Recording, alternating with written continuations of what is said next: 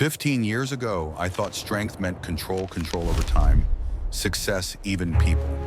But life taught me something far harsher. The mind you refuse to master will eventually master you. The truth is, no school teaches you how to rebuild yourself after life breaks you. No diploma prepares you for the day your dreams collapse. That's the lesson only time can teach if you listen long enough. Every scar, every mistake, every sleepless night, they weren't punishment. They were training. They were the quiet Every mornings scar that was whispered, training. "You are not weak, you are being refined." Marcus Aurelius wrote, "You have power over your mind, not outside events."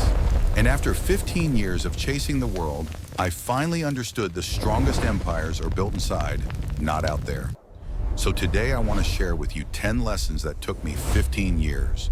15 years of failure, silence, discipline, and awakening.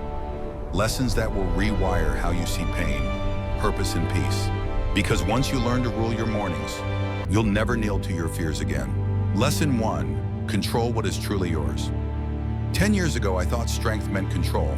Controlling my time, my career, my future, even the people I loved. But control is a myth. Say it with me.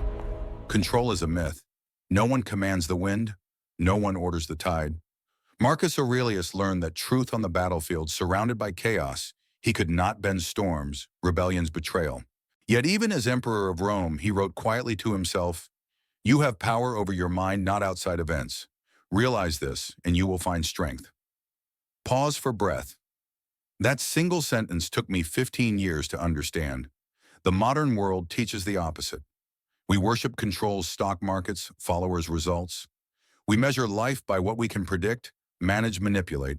But every statistic says otherwise. 83% of our daily stress, according to the American Psychological Association, comes from things we can't directly control. Other people's behavior, the economy, uncertainty. Yet we still fight these battles as if we could win. That's why you feel exhausted. Not because you're weak, but because you're fighting physics. Here's the paradox Marcus discovered. When you stop trying to control everything, you finally begin to master something yourself. Think about Admiral William McRaven, the man who led the most dangerous missions in history. He began every day the same way, by making his bed. Not because the blanket mattered, but because it was his domain. A small, complete victory before the world began to spin. That stoicism in motion, control the controllable. If you can't command the storm, command your sails. Now let's turn this into practice. Each morning before you touch your phone, write down 3 lines. 1, 2 things within your control today. 2, 1 thing beyond it. Then make a pact act on the first 2, release the third. That's not giving up that strategy, because discipline without direction is punishment. But focus is freedom. Let me share a story. A CEO once told me his greatest lesson came from a moment of loss. He built a company for 15 years. Then a sudden market crash erased half its value overnight. He said, "I tried to control everything until life reminded me I couldn't even control the weather." That night he wrote on a napkin, "My mind is my last empire." Today his company thrives again, not because the market changed, but because he did. That's the Stoic victory, quiet, internal, unbreakable. Repeat this with me. My mind is my last empire. This is your first morning secret, the law of jurisdiction.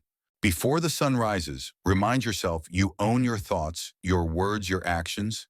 Nothing more, nothing less. Every problem becomes smaller when you divide it by responsibility. Every anxiety fades when you stop pretending to control what was never yours. Marcus knew this deeply. During the Antonine Plague, when thousands died each day, he didn't curse the gods. He wrote instead, "It is not events that disturb us, but our judgments about them." He couldn't stop the disease, but he could control his judgment, his duty, his virtue. That is why centuries later his words still lead us. Now breathe in, hold, exhale slowly. Ask yourself, what one thing today can I truly control? And then act on it with calm, not chaos. Because the Stoic life isn't about numbing yourself. It's about directing yourself. That's what makes Stoicism so powerful. It's not philosophy for bookshelves. It's armor for everyday life. Remember, chaos doesn't need your permission to exist, but peace does. And peace begins where control ends. So tomorrow morning when you wake up, don't chase control. Create clarity. Don't fight the tide. Adjust your sails. And as Marcus would remind you, to be calm is the highest achievement of the self. This calm is your first weapon. This morning, reclaim it. And once you learn to control what's truly yours, you're ready for the next lesson, one that decides why you get up every morning. Lesson 2, Values Before Goals. See you there. Lesson 2, Values Before Goals. Yesterday we learned the first truth: control what's truly yours. Now comes the second truth: why you act in the first place. We live in a world obsessed with goals. Hit the target, earn the title, reach the number. But ask any Stoic and they'll tell you direction matters more than speed. Because what's the point of running fast if you're sprinting the wrong way? Marcus Aurelius began every morning by asking a single question: what is required of me today as a human, as a friend, as a citizen of the world? Not what can I achieve, not how can I win, but who must I be? That question, not goals, became his compass. Say it with me. Who must I be? Goals are destinations. Values are the way you travel. A man driven only by goals can climb to the top and still feel empty. But a man guided by values finds meaning even in failure. The data proves it. A 2021 Harvard Business Review study followed 700 professionals for 10 years. Those who wrote down personal values before setting goals reported 42% higher life satisfaction and 29% lower burnout. Not because they achieved more, but because they knew why they were doing it. That's Stoicism translated into modern science. Here's a story. Lucius, a Roman architect under Marcus' reign, spent years designing a temple for the gods. When an earthquake destroyed his first build, he wept, thinking his life's work had failed. Marcus visited him and said, "You were not chosen to finish the temple. You were chosen to build with virtue." Lucius rebuilt it stronger this time, not for fame, but for duty.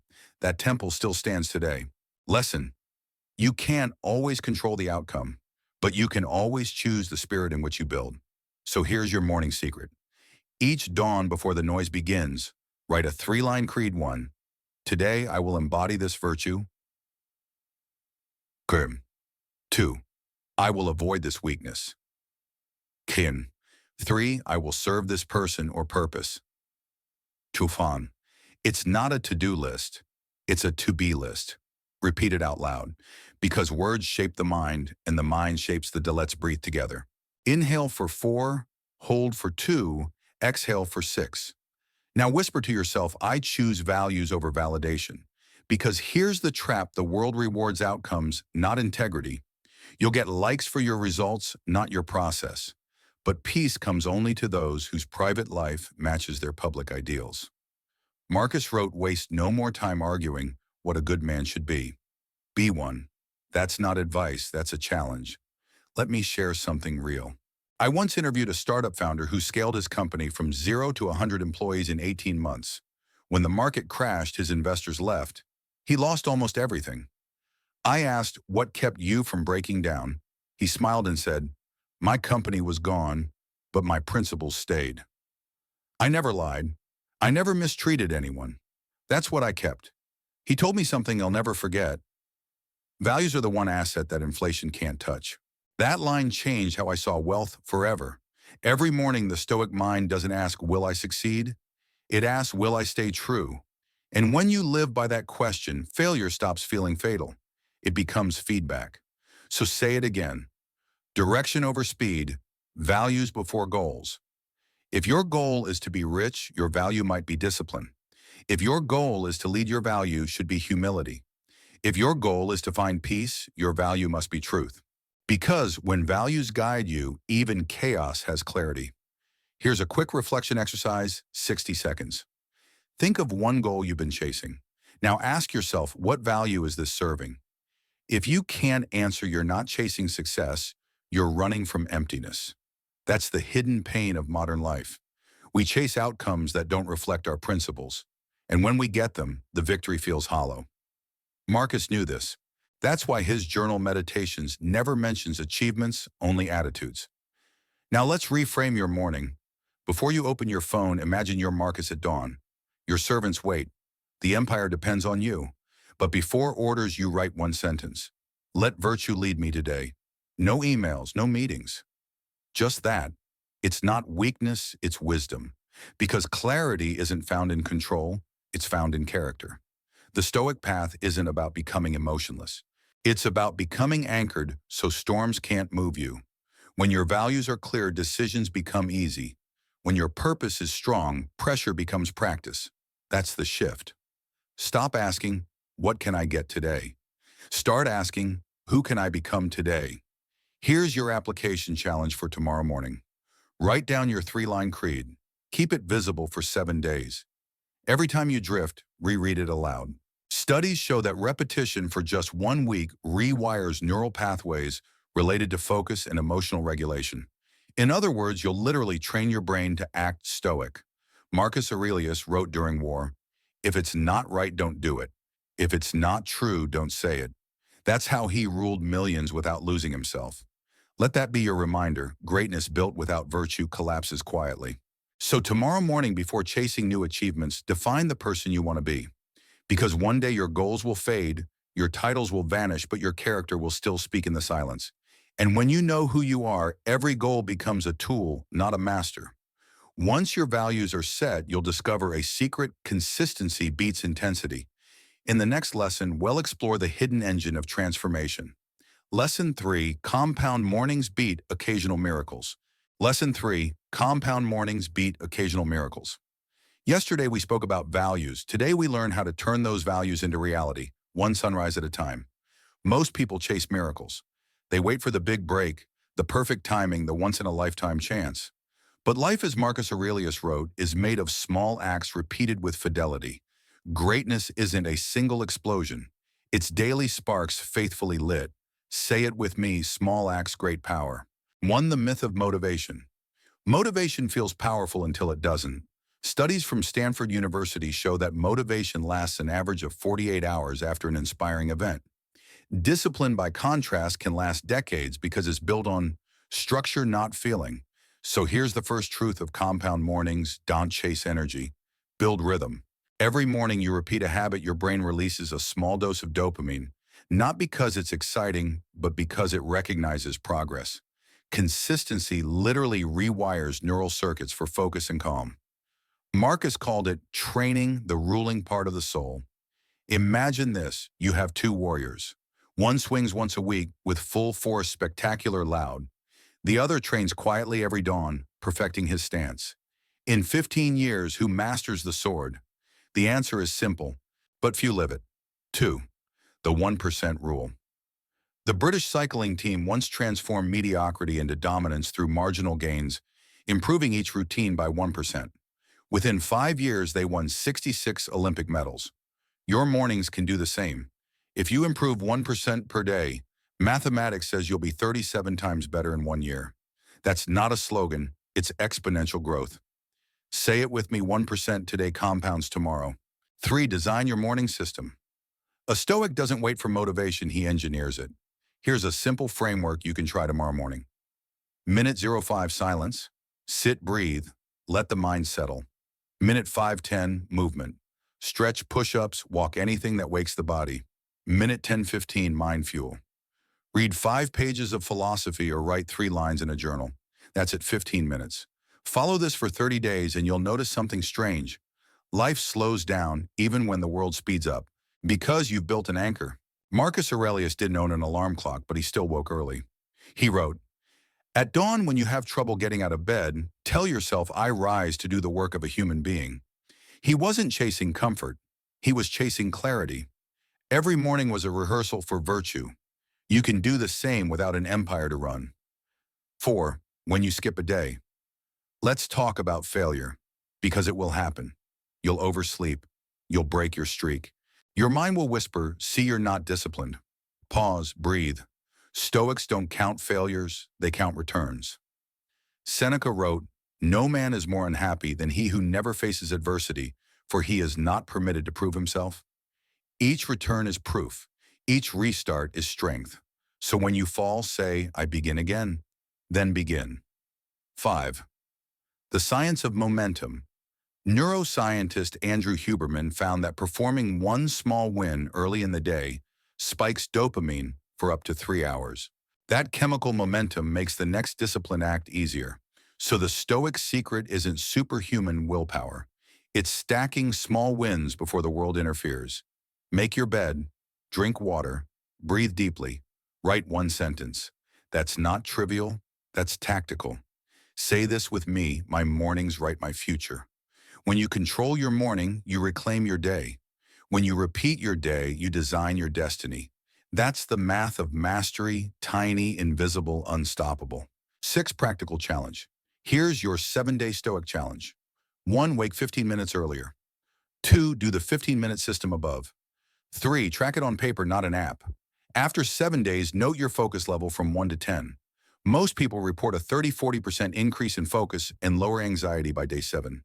Not magic, just compound mornings. 7. The why people ask, but why morning? Am not a morning person? Because morning is the only part of the day that hasn't been taken from you yet. By noon, you belong to obligations. By night, you belong to fatigue. But at dawn, you belong to yourself. That's why Stoics train early. Not to impress, but to remember who commands the mind before the world does. So tomorrow when the alarm rings, don't fight it. Smile. It's your invitation to sculpt the person you swore to be. Marcus Aurelius said, "The happiness of your life depends upon the quality of your thoughts, and the quality of your thoughts begins the moment you wake." Closing reflection. Great lives aren't built in a day. They're built day by day. The miracle isn't out there. It's in your next sunrise. One habit, one breath, one choice at a time. Now breathe. In for 4, hold out for 6. Say it with me. Small acts, great power. Once your mornings are built, it's time to test them. Because the next truth may hurt, but it's where real growth begins. Lesson 4. Fail forward, but raise your standards. Failure. A word that frightens most but defines the few. Say it with me. Failure is not falling, it's staying down. For the Stoics, failure wasn't shameful. It was sacred. Marcus Aurelius wrote in Meditations, "When you have fallen, get up again and again until the habit itself carries you upward." 15 years of reflection taught me this. You don't build strength by winning, you build it by rebuilding. 1. The illusion of perfection. Modern culture loves the highlight reel. Perfect bodies, perfect careers, perfect lives. But real data paints a different story. According to a 2022 study by the American Psychological Association, 72% of adults admit they hide their failures because of fear of judgment. Ironically, those same people also report the highest stress levels. Perfection isn't protection, it's pressure. And pressure without perspective breaks you. Marcus faced defeats that would have crushed lesser rulers, rebellions, plagues, personal losses. Yet he wrote, "A blazing fire makes flame and brightness out of everything that is thrown into it." He didn't avoid failure. He used it as fuel. 2. The physics of failure. Failure isn't the opposite of success. It's the process of success. Every scientist knows it. Thomas Edison failed 10,000 times before inventing the light bulb. When asked if he was discouraged, he said, "I have not failed. I've simply found 10,000 ways that won't work." Psychologists call this error-based learning. Every mistake refines the brain's predictive model, literally upgrading your neural accuracy. So when you fail, your brain is learning faster than when you succeed. That's not philosophy, that's neuroscience. 3. The Stoic reset. Define failure. Correctly, to the Stoic, failure isn't falling short of a goal. It's falling short of virtue. Missing a sale isn't failure, lying to make it is. Losing a match isn't failure. Quitting in spirit is. As Epictetus said, you become what you give your attention to. If you dwell on failure, you will be failure itself. So the task isn't to avoid defeat, but to fail forward with discipline intact. Let's make this practical. Every time you fall, ask 3 questions. 1. What choice led here? 2. What lesson hides inside it? 3. What standard will I raise next time? That third question changes everything, because repeating without raising is just rehearsal. 4. Real-world story. The runner who failed forward. In 2016, an Olympic runner named Derek Redmond tore his hamstring mid-race. He fell hard in front of 65,000 spectators.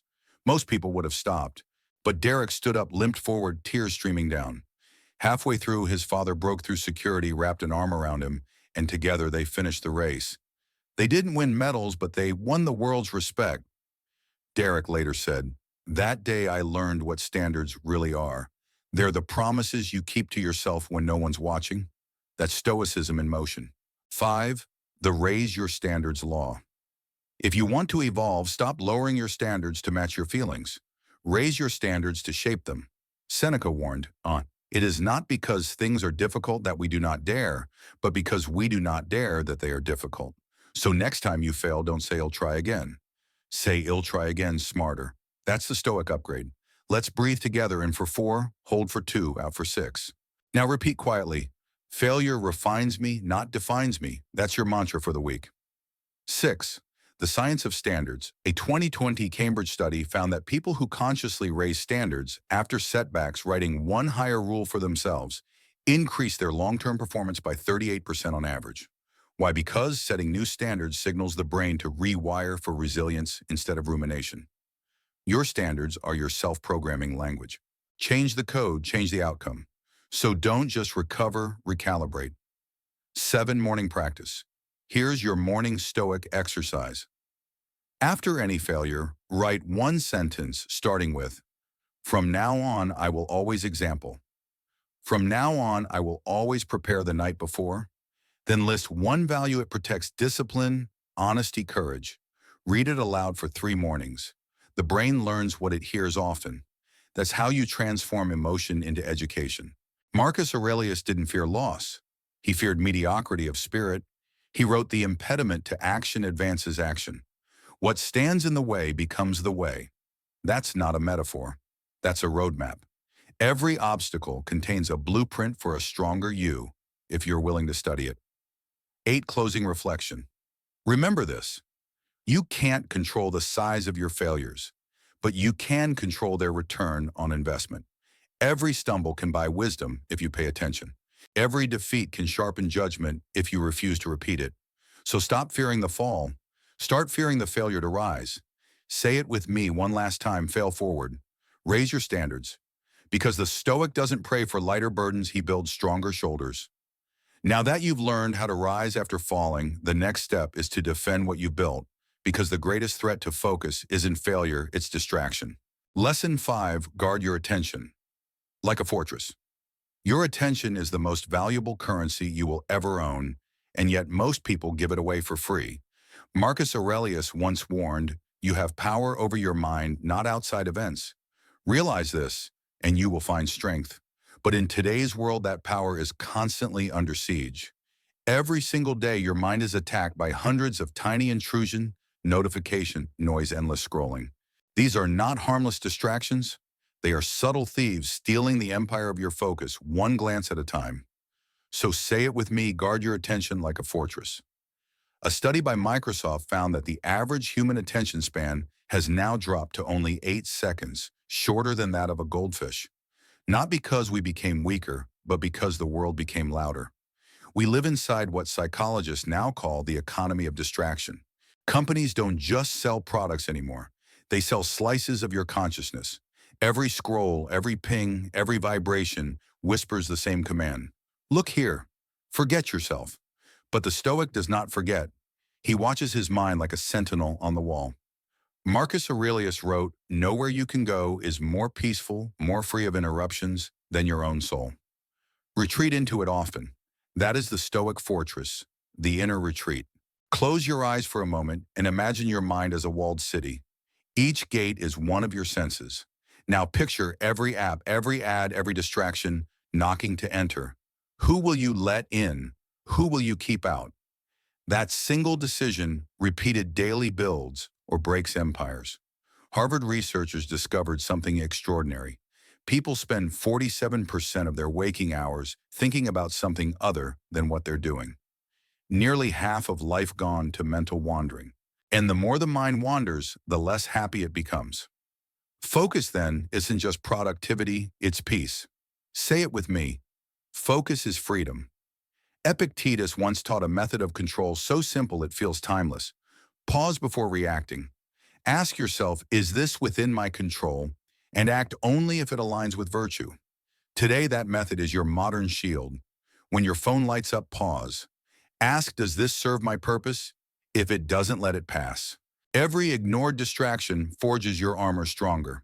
There's a modern form of this ancient wisdom called digital asceticism, the practice of voluntary limitation to preserve clarity. Marcus Aurelius would approve, because the less noise you allow and the clearer your own voice becomes. Try this simple rhythm for 7 days. No phone for the first 30 minutes of the morning. A single 90-minute focus block midday. And one written reflection at night, just a sentence. Where did my attention go today? Most people report a 40% drop in anxiety and a dramatic rise in focus. That isn't psychology, it's digital stoicism. Marcus Aurelius didn't have notifications, but he had senators, soldiers, and endless petitions pulling at his time. Yet every night he wrote in silence. Meditations wasn't a book for the public, it was a personal defense against noise. He guarded his attention by guarding his thoughts. So tonight, perform what I call the attention audit. List the top 5 distractions that drain your energy each day. Write how each one disguises itself as urgent. Maybe social media says I'm just checking for updates. Maybe email says I might miss something important. Maybe negative people say I don't want to be rude. Now choose one to eliminate for 3 days. Watch how your clarity grows. You'll realize most distractions aren't traps, they're invitations you accepted.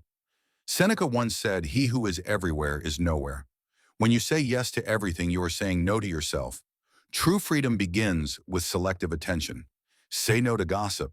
Say no to endless comparison. Say no to the false urgency of the crowd. Each no is another stone in the wall around your mind. Whisper this with me. My attention decides my destiny. The Stoic fortress isn't built from stone, it's built from habits. So each morning begin with 10 minutes of silence before speaking to anyone. Then single task. One thing at a time until finished. At night, write one line in a journal. Where did my attention go today? This simple discipline trains your brain's filter, the reticular activating system, to cut the noise and sharpen what matters, just like a blade honed each morning before battle. Marcus Aurelius ruled the largest empire on earth, yet he wrote, "Waste no more time arguing what a good man should be. Be one." He understood that attention turns thought into action. Without focus, even wisdom dies unused. So when you wake tomorrow, picture yourself standing at the gate of your mind. Who will you allow to enter the chaos of the world or the calm of your purpose? Because every click, every word, every breath either builds your empire or breaks it. Say it once more with conviction. Guard your attention like a fortress. You've learned now how to defend your inner world. Next, build true wealth, the wealth of the mind. Not in money, but in meaning, in the next lesson. Lesson 6. Stillness is profit. Why quiet minds make better decisions. Stillness. It's the rarest form of strength in a world addicted to noise. While everyone else races for speed, the Stoic races for silence, because silence is where truth speaks. Marcus Aurelius once wrote, "Nowhere can man find a quieter or more untroubled retreat than in his own soul." He wasn't talking about meditation apps or mountain cabins. He meant mastering the art of being calm while the storm continues around you. So say it with me. Stillness is profit. Think about it. Every decision you've ever regretted was made in noise, emotional noise, mental noise, digital noise. And every wise choice you've ever made was born in stillness. A Harvard Business Review study found that 90% of top-performing executives schedule deliberate quiet time each morning, not to escape work, but to think better. Their average return on investment per hour of quiet reflection, 5 times higher than time spent in reactive meetings. Stillness isn't laziness, it's leverage. In stillness, your mind stops reacting and starts perceiving. Imagine you are standing at the edge of a lake. If the water is restless, you can see what's beneath. But once it becomes still, the reflection appears clear, sharp, revealing truth. That's what happens inside your mind. When you calm it, you see reality, not just your reaction to it. Marcus Aurelius understood this. In the chaos of war, he often paused not to plan, but to breathe. He wrote, "If you are disturbed by external things, it is not they that trouble you, but your judgment about them." Stillness turns judgment into wisdom. Say it with me, slow is strong. A 2018 MIT study on decision fatigue showed that the average person makes over 35,000 decisions per day, most of them impulsive, not intentional. That's why by 4 p.m., your brain literally burns glucose like an overworked engine. But Stoic thinkers, from Seneca to Marcus, discovered this 2,000 years ago. You can't control time, but you can control pace. When you slow down, your choices sharpen. When you pause, perspective returns. Now here's something few people realize. Your nervous system is a trader. It buys and sells energy every second. When you fill it with chaos, you spend energy. When you fill it with stillness, you earn it back. That's why stillness is profit. It's not about money, it's about clarity. Because clarity once gained creates better timing, better reactions, and ultimately, better results. Let's test it right now. Inhale through your nose for 4 seconds. Hold for 2. Now exhale slowly for 6. Again. You've just activated your vagus nerve, the biological key that tells your brain you are safe. That single breath lowers cortisol and boosts prefrontal function, your decision center. That's why Marcus began each morning with writing in silence. He was rebalancing the empire of his mind before leading the empire of Rome. Seneca once said, "He who is brave is free." And nothing requires more bravery than stillness to sit with your thoughts without running from them. In a world obsessed with constant motion, sitting still can feel rebellious. But stillness isn't the absence of movement, it's the mastery of direction. Every morning try this. Before you reach for your phone, reach for your breath. Before you reply to the world, return to yourself. Spend 5 minutes observing your thoughts without judging them. Don't fix, don't fight, just watch. That simple ritual rewires the amygdala, the part of the brain that controls fear. Within weeks, you'll notice you react slower, but decide faster. That's the paradox of stillness.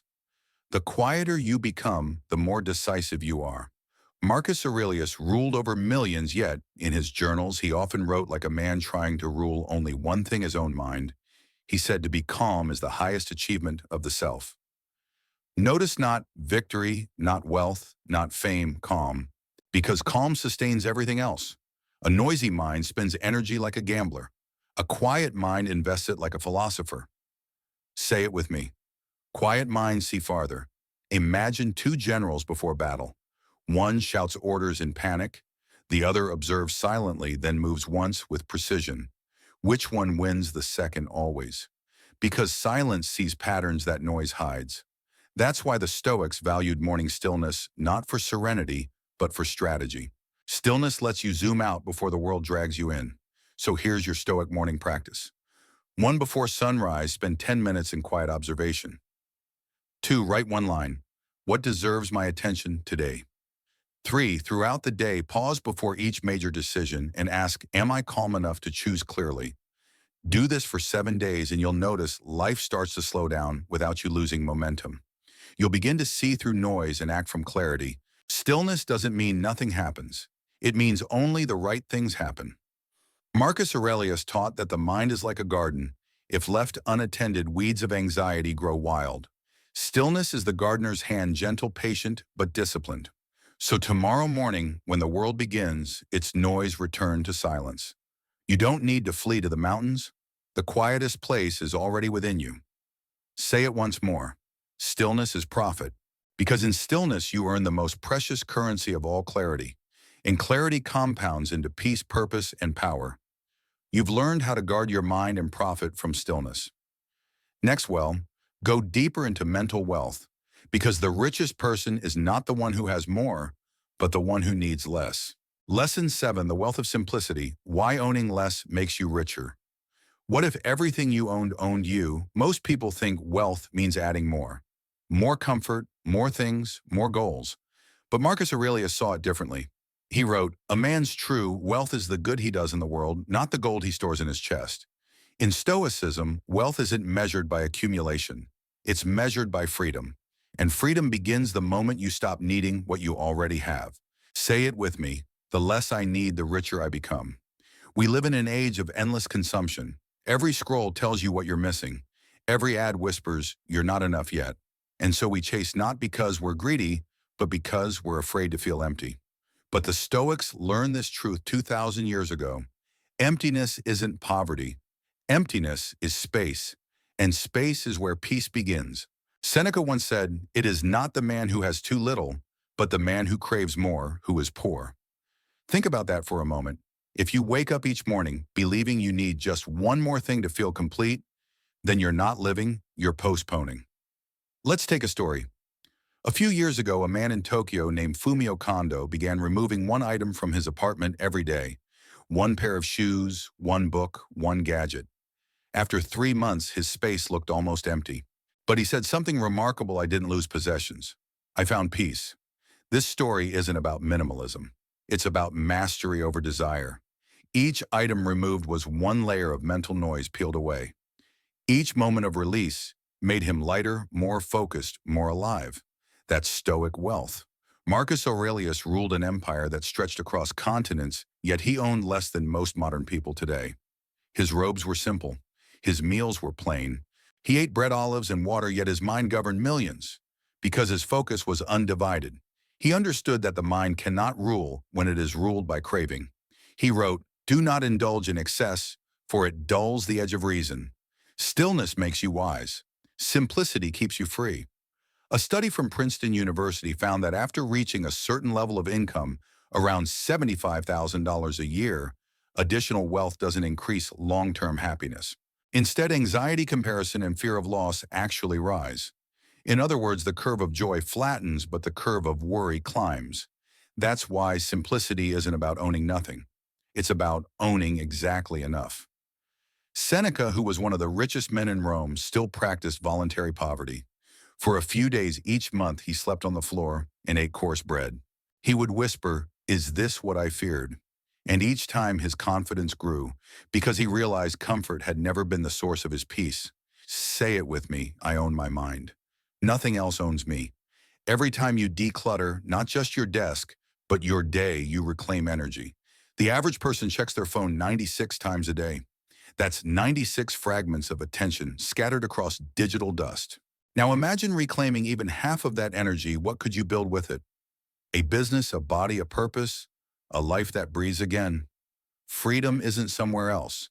It's hiding underneath all the things you don't need. So here's a challenge. Tomorrow morning, before your first task, look around your space.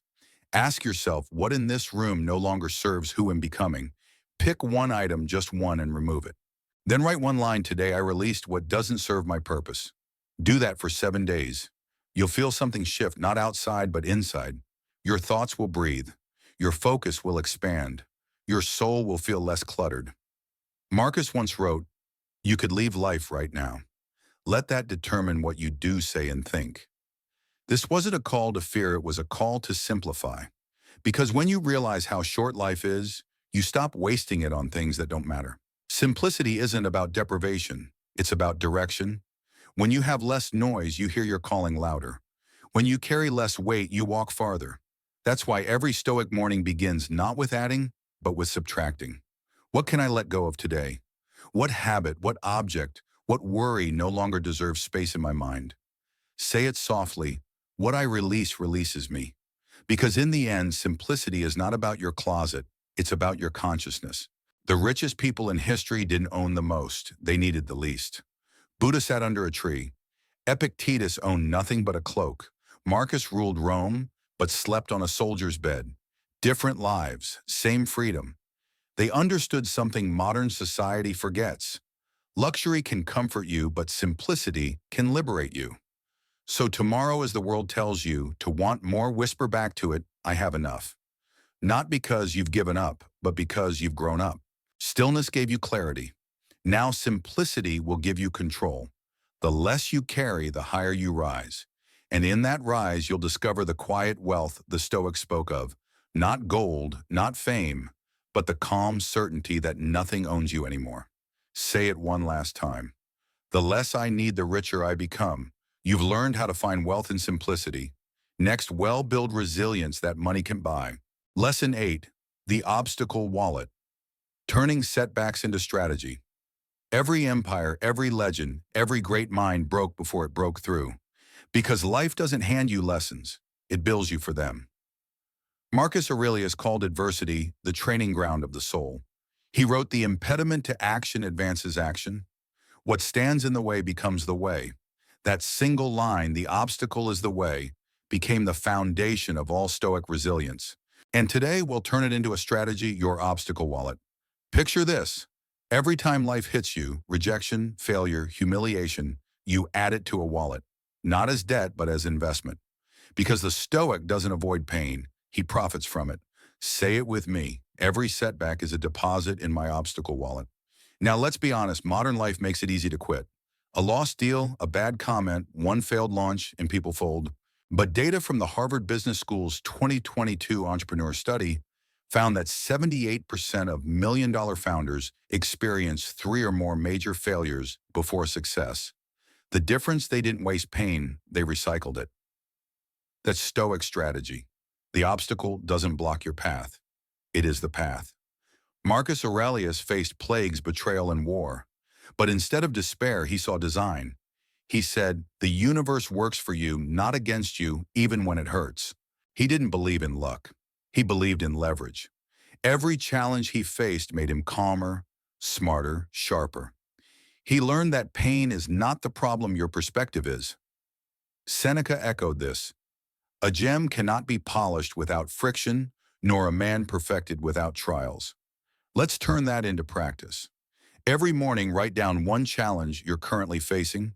Next to it, answer 3 Stoic questions. 1. What is this trying to teach me?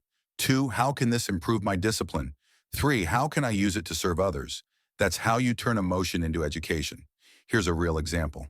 In 2008, when the global economy collapsed, Warren Buffett wrote to his shareholders, "Be fearful when others are greedy, and greedy when others are fearful." In Stoic terms, that's the obstacle wallet in action. He saw panic not as threat, but as opportunity. Within 2 years, his investments in crisis-era companies grew by 57%. He didn't wait for calm, he earned it by seeing through chaos. That's Stoic capitalism. Say it with me. Pain is the tuition of wisdom. When you lose money, when someone betrays you, when plans fail, that's tuition. You can either cry about the price or study the lesson. And if you keep learning, the world eventually refunds your pain with interest. There's a reason the Roman generals trained in storms. They knew that soldiers who learn only under sunshine die in their first thunder. So ask yourself, what's your storm training right now? Maybe it's financial hardship. Maybe it's loneliness. Maybe it's fear of starting again. Whatever it is, don't curse it, collect it. Each hardship goes into your obstacle wallet and you invest it by staying calm. A 2021 Stanford study found that people who reframe stress as energy for growth have 43% lower burnout and 30% better performance long-term. That's not mindset fluff, it's neurobiology. When your brain believes stress is useful, it releases dopamine instead of cortisol. Your body literally converts adversity into motivation.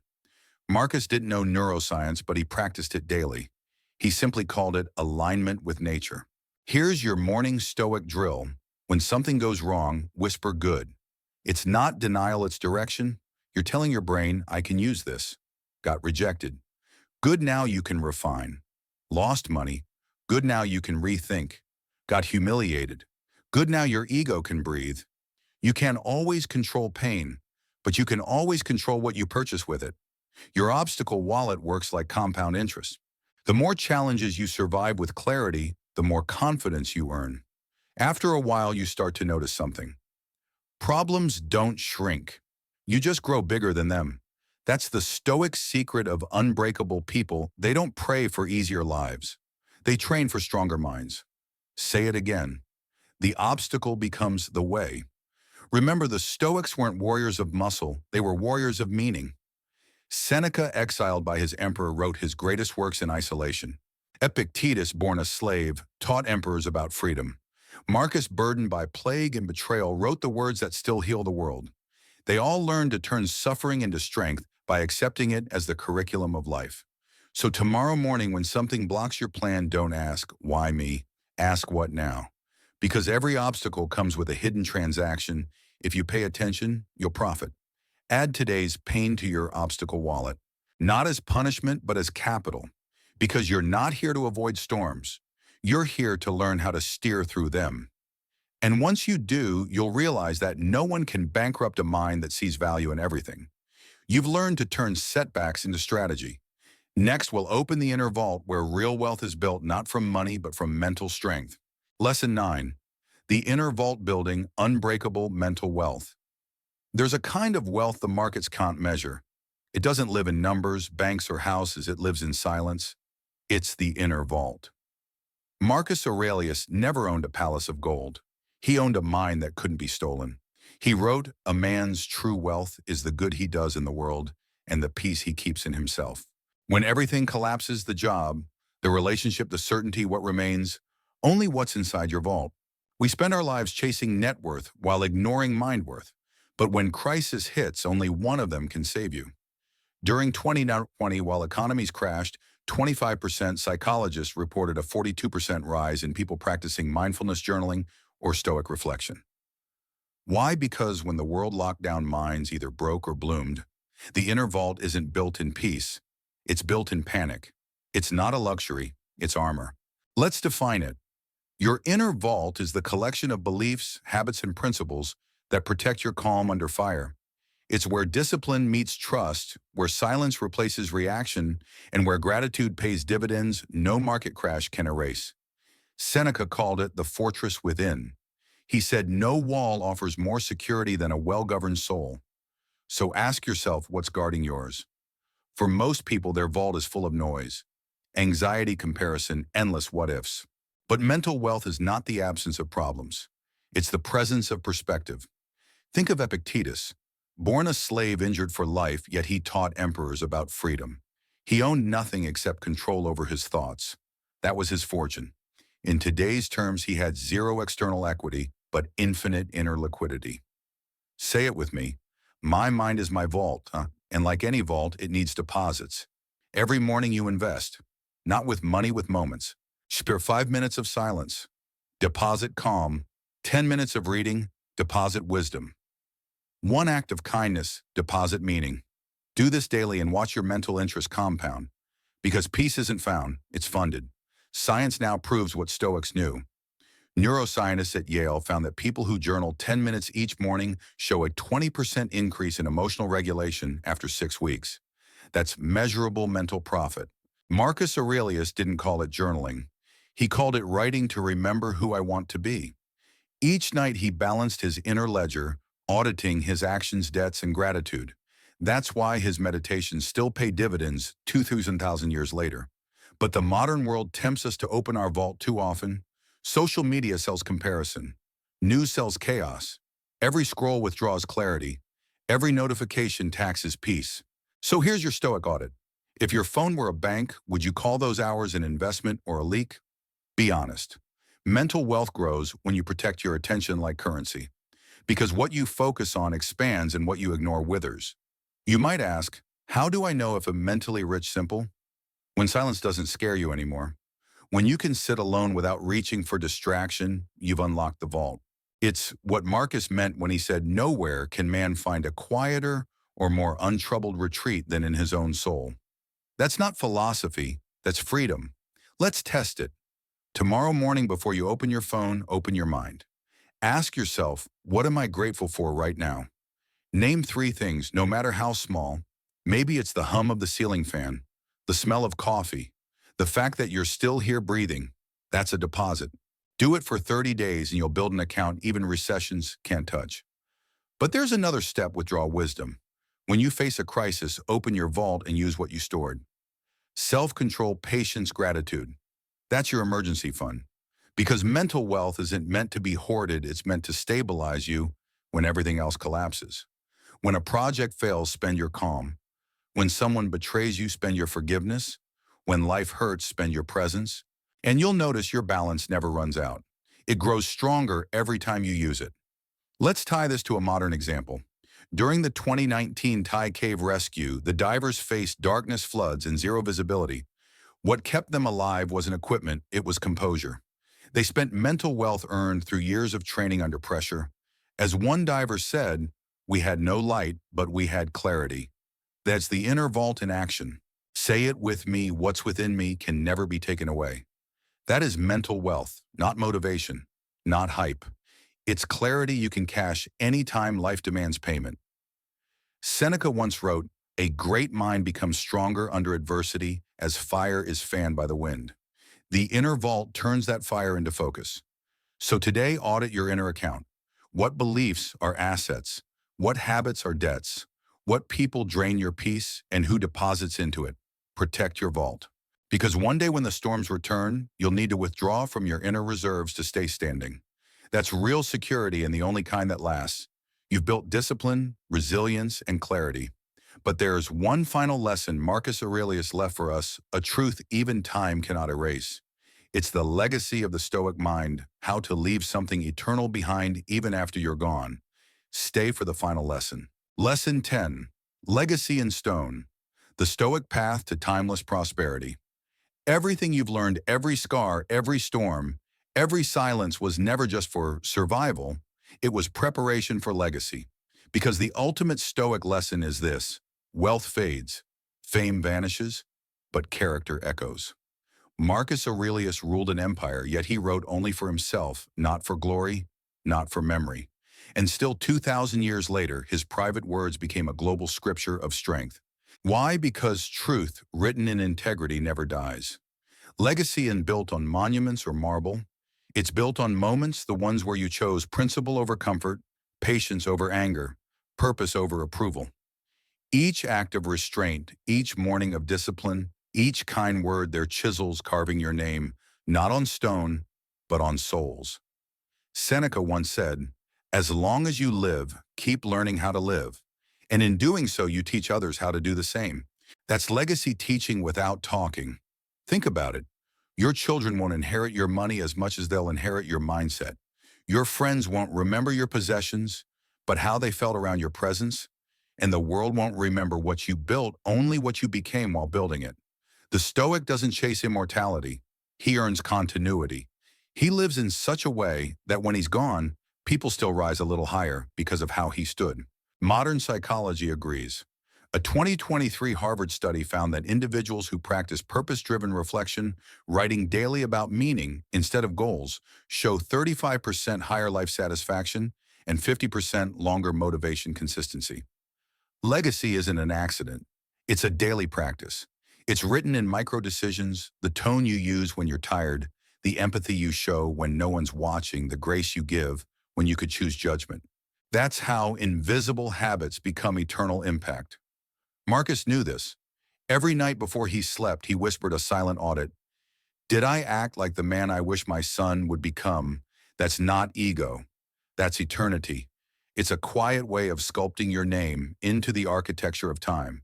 Say it with me: I build my legacy through my daily peace. Because history doesn't remember noise. It remembers presence. The Stoics never tried to shout into eternity, they whispered into humanity. And humanity listened. When you live by principle, your words don't need volume. They have gravity. A calm mind carries farther than a loud one. A generous heart inspires longer than a rich one. Think of Marcus writing alone by candlelight. No audience, no internet, no applause. Just truth meeting silence, and somehow that silence still speaks to us now. That's timeless prosperity. Not the kind you deposit, but the kind you become. Now let's talk about you. What are you building that will outlast your heartbeat? Maybe it's courage your children will feel in their bones. Maybe it's kindness your students will carry forward. Maybe it's a philosophy you live so deeply that even after you're gone, it keeps teaching through your example. Remember, what you do for yourself dies with you. What you do for others outlives you. We're all sculptors of time. Each morning you're given a block of marble called today. You can waste it or you can carve it into meaning. If you live with clarity, gratitude, and discipline, you'll leave behind something no inflation can touch: a legacy of peace. Seneca said it best: he who has learned to die has unlearned to be a slave. And in that truth lies freedom, the freedom to live fully, to give deeply, and to leave nothing unloved. So before this day ends, pause for a moment. Ask yourself, if this were my last sunrise, would I be proud of the way I spent my calm? Because life is short, but impact is infinite. And the Stoics' mission was never to live forever. It was to live well enough that forever remembers. You've walked through 10 lessons of strength, stillness, and clarity. You've built discipline, peace, and purpose, piece by piece, day by day. Now take them with you, not as words, but as weapons against distraction, fear, and waste. And remember, your mind is your empire. Guard it wisely. If this journey gave you value, subscribe, share it with someone you love, and comment one word that defines your next chapter. Say it with me one last time: stillness.